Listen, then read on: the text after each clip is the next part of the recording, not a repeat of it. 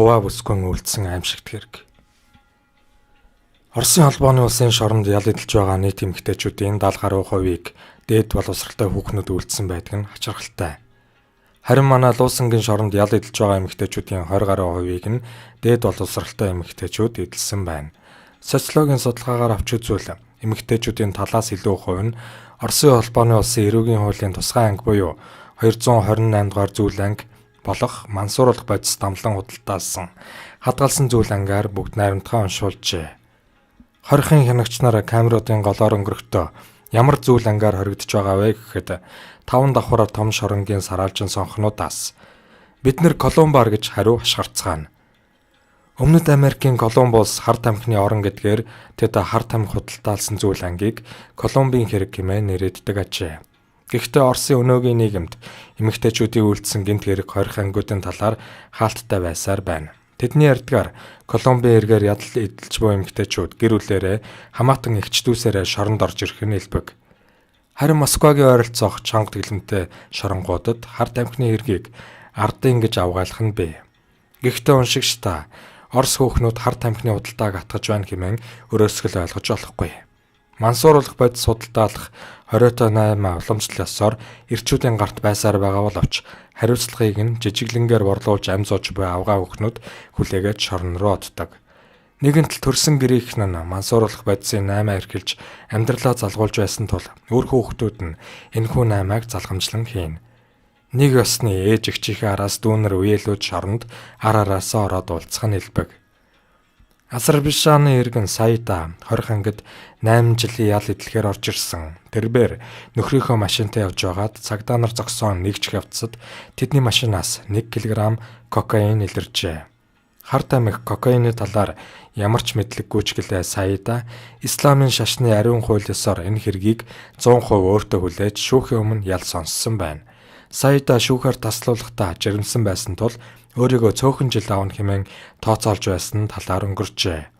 Түүний нөхөр Аллахвердиг гэгч хар тамхи дамлан худалдагэр Саида ганц удаа шоронд эргэж ирээгүй үүр дархсан нь харамсалтай. Хар тамхи хэргэлдэг эсвэл худалдаалдаг эрчүүдтэй хамтран амьдрах эхнэр нөхөр болцох тохиолдолд эрүүгийн хуулийн 228 дугаар зүйл ангиар ял сонсоод орж ирэх магадлал өндөртэй байдаг гэнэ. Мөн армян бүсгүй Роса хайртан Сержог хар тамхинд донтох аюулт өвчнөөс гаргахын тулд бүтэн 10 жил тэмцсэн. Түүний нөхөр Сержог Москвагийн Черкис нэртэй хар зах дээр хар тамхи худалдаалагчид андахгүй. Роса эр нөхөртөө зориулан хар тамхи худалдаж аваад тэр дороо цагдаа нарт баригдсан. Үүний улмаас Роса 5 жилийн хорих ялаар шийтгүүлэн шоронд суужээ. Мөн Москвагийн ойролцоох Бутирка шоронгийн нэг овгор хоригдол дээр байнга хүүхнүүд эргэж ирдэг нь Оросын тусгай албатын хараанд амархан өртөг болсон. Гэтэл өнөөх хоригдол дээр ирдэг хүүхнүүд хорихын албаагчдын тусламжтайгаар кокаиныг их хэмжээгээр дотогш оруулж байсныг илрүүлжээ. Хар тамхи наймаалагчдын дунд Оросын шоу бизнесийнхэн одууд ихээр орооцолдсон байдаг. Тэднээс анхны шалгалтаар кокс буюу кокаин олон удаа илэрдэгч уг хэргийн золиосонд хөөрхий бүсгүйчүүд харанхуй нөхрөө илгээгддэг. Хар тамхи мансууруулах бодистой тэмцэх хэлц дотоод явдлын яам цагдаагийн ажилтнуудын ярьж байгаагаар коксын цаад эзэн Барон Бестууд нэг ч удаа шоронгийн хаалга татж байсангүй.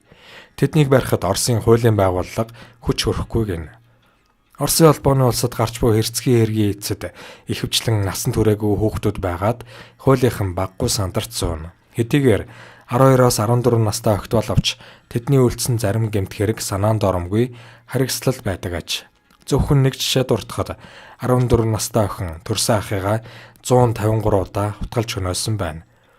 Эмэгтэйчүүдийн шорон дотроо 2 янз байдгийн нэг нь хүүхэдтэй эхчүүд юм. Эмэгтэй хоригдлуудын хувьд хүүхэдтэйгээ шоронд байна гэдэг нь зүрх сэтгэлд маш хүндээр тусдаг. 2000 онтой харьцуулахад шоронд нь яраалж буй хоригдлуудын тоо нэмэгдсээр байгаа. Хуулиндаа хүүхдийг 3 нас хүртэл эхтэй нь хамт шоронд байлгадаг. Хүүхдтэй хоригдлуудын байр хангамжийн хувьд арай боломжийн талдаа хүүхдтэйгээ зугаалга цэцэрлэг түрээлэн тусгай ор дээр эхэн өөрийнхөө амийг игүүтгэхээс сэргийлсэн хүүхдийн зөөлөн тоглоом гэх мэт Оросын холбооны улсын хорих ял эдлэх тухай хуулинд эмэгтэй 27 хоног ургаад дээсний дараа жирэмсэн хэмээн үзэж нэмэлт хүнсэнд өдөрт 1 ширхэг өндөг 100 г маргарин 200 г сүү ордог байна. Үүний дараа тусгай тохижуулсан өрөөнд хоригдол их амарчна. Түргэний эмч дуудлагаар ирж эмэгтэйг дөрүүлж хоригдлыг 5-10 цагийн дараа камерт нь оруулдаг гэж бодохоор дэндүү харгас хандлага мэт санагдана. Няраа хүүхдийг өдрийн цагаар ихтэй нь хитгэн цаг байлгадаг. Хоригдож үе алтан хөл ихчүүд хоол тэжээлийн дутагдaltaй байдгаар хүүхдийн эндэгдэл шоронд их гардаг гин. Эмэгтэйчүүдийн гяндан шоронгийн хувьд хийсэн хэрэгэн зөрөгцсмээр харгас үйлдэлээр дүүрэн байдаг. Энэ хүн гэхэд хүүхдээ өнөөсөн эмэгтэй хоригдлууд цөөнгүүч тэднийг тусгай камерт тойрно. Учир нь эмэгтэй хоригдлуудын дунд хүүхдээ өнөөсөн эмэгтэйг нэг нүдээр ч үзэхгүй болж өгвөл цааш нь харуулчих гээд байдаг. Төрөөд 3 сар болсон хүүгээ угаалгын машинд хийж алсан эмэгтэй хоригдлууд шөнийн цагаар боомлж алсан хэрэг шоронд гарч байв. Мөн Францад дээд боловсрал эзэмссэн баян чимнэлэг эмэгтэй үл хөдлөх хөрөнгөө наймалцахаас болж нэг залуутай муудалцжээ. Эмэгтэй өнөөх залуудаа мансууруулах эм өгч унтуулад өрлөж хөнөөсөн хэргийг КГБ шалгах явцад өнөөх залуугийн үерхдэг бүсгүйгч мөн адил хонилгоо өрлөж хөнөөсөн нь илэрсэн байна. Мөн 2017 онд Ерхүү хотод нэгэн ноцтой хэрэг гарсан. Тэрхүү хэргийн эзэн Тува бүсгүй Алден Сай үлджээ. Тэрээр хамтран амьдардаг Орос залуугийнхаа архинд нойр сүлэгч эм хийж унтуулад унтсан хойно түүний толгойг сүхээр тас завчаад орон дуугараа шидсэн байна. Учир нь түүний нөхөр Андрей архи уусан үедээ хамтран амьдардаг бүсгүйгээ Цэдипка буюу онигор хэмээн доромжилж байнга зодож хүчирхийлдэг байжээ. Ер нь Оросууд Аз төрхтэй Бурайд Тува Якут хүмүүсийг Цэдипка хэмээн доромжилж дээрлэхүй ханддаг нь нууц биш. Архичин расист хүчирхийлэгч нөхрийнхөө дарамтанд жил орчим дэссэн Алден Сай ийхүү зэрлэг балмад хэрэг үлдэж Новосибирскийн эмэгтэйчүүдийн чанга тэглэмтэй ИК-51 шоронд ял эдэлж байгаа юмсан ч. Эмэгтэйчүүд бас насан туршаагүй огтоо янхан дуулах, мансууруулах бодис судалдаалах ажилд татан оруулснаар чанга ял сонсож гяндан шоронд ирдэг. Нэг эмэгтэй гихтэл найз залуу нь түүнийг хаяж өөр хүүхэнтэй зугаалж авсанд туйлын гомдож өшөөгөө авах амархан арга олжээ. Өнөөх эмэгтэй үерхдэг залуугаа унтж байхад хутгалж өнөөгөөд зүрхийг нь хачирлаад чанж байхад хөршүүд нь цагдаа дуудан үл дээр нь барьсан.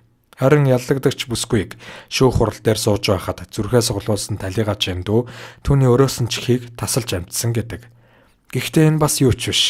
Бүр 2-2 найз залуугаа боомлон гороогоод махыг нь итчихдэг Вера гихч хүүхэн насаараа хорих ялаа эдэлж байгаа. Түүний харахтал нүдэн шоных шиг ширүүнхэрнэ хүний өдөөс ихцлэн харж чаддгүй. Ямар сайндаа гяндан шоронгийн оргилууд түүнийг бөгшний эзэн киноны Голум хэмээн хошлох өвдөө. Хүний амхнөөж хэрцгий догшин хэрэгүүлсэн эмэгтэйчүүд шүүхийн өмнө ял сонссныхоо дараа шүүгчрөө дайрч муусан садистууд, мазохистууд хэмээн доромжлох нь элбэг. Хүнд ял үлдсэн эмэгтэйчүүд шүүхийн өмнө очихдоо ердөө ганцхан зүйлд залбирдаг. Тэр нь юу вэ гэвэл намайг шүүгч эрэгтэй хүн байгаасаа хэмээн бурхнаас гуйдаг гин. Ийхүү Орос орныг цочруулсан хэргийн эцэд болох эмэгтэйчүүд ихчүүд ганцхан зүйлдэл найдаж байдаг нь сонин. Үнэхээр Оросын шүүгч нарын 90% нь эмэгтэйчүүд байдаг тул тэдэнд энэ боломж бараг тохиолддоггүй ажээ. Гэхдээ Оросын холбооны улсын шоронд ял эдэлж буй эмэгтэйчүүд өлөн ходоодондоо захирагдаж ядуу зүйдүү байдлаасаа болж гэмт хэргийн эзэд болдог нь хөөрхийлөлтэй. Харин садист гаж донтнуудын хувьд бол өөр хэрэг юм.